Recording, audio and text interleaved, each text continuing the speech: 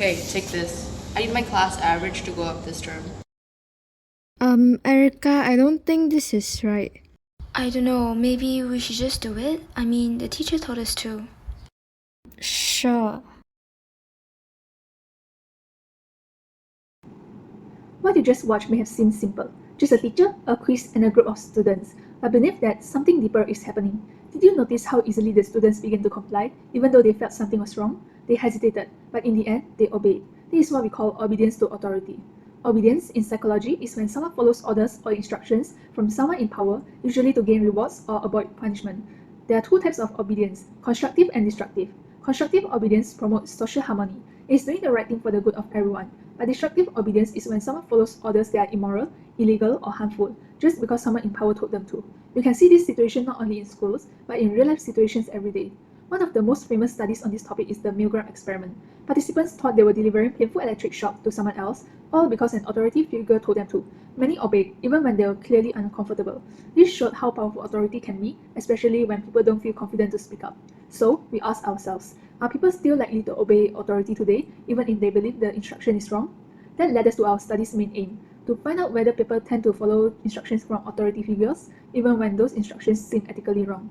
Our two research questions were: 1. To what extent do people comply with authority, even when it feels wrong?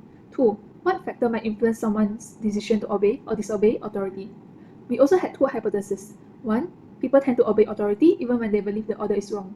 2. People are less likely to obey if they see someone else disobey first. Through our research, we hope to better understand not just how people respond to authority, but why, and maybe, just maybe, learn how to think for ourselves even in the face of pressure.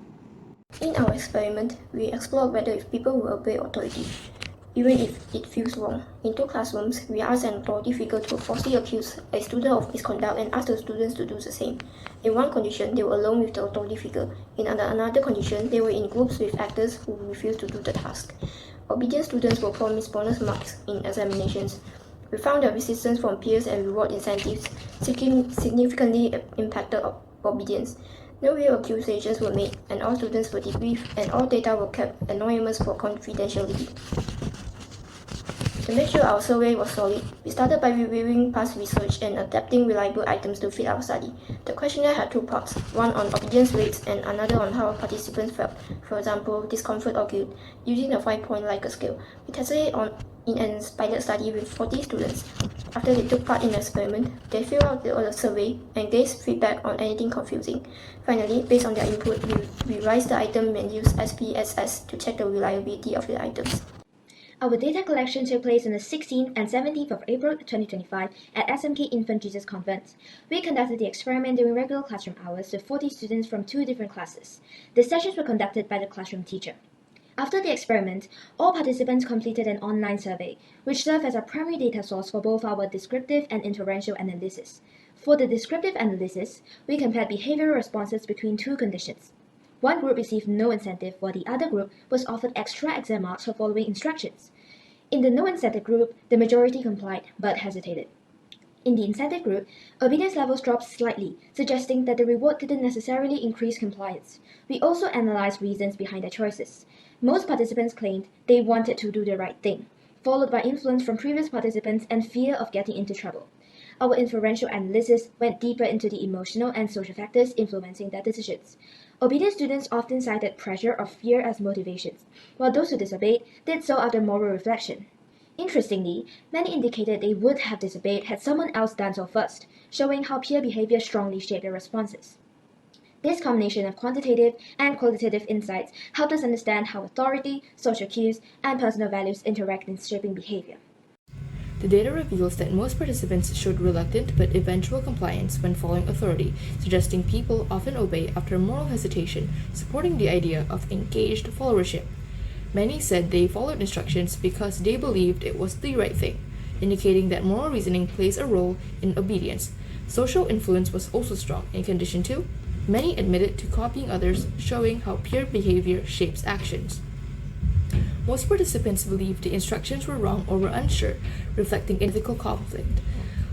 When asked if seeing someone else disobey would have changed their decision, many in Condition 2 said yes, demonstrating that peer disobedience can boost moral courage.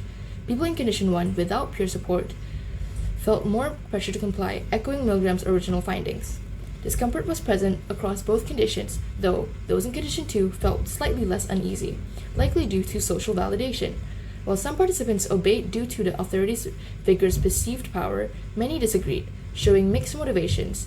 Finally, a notable number said they would act differently if given another chance, especially in Condition 2, where witnessing disobedience made it easier to resist, highlighting the powerful role of this social modeling.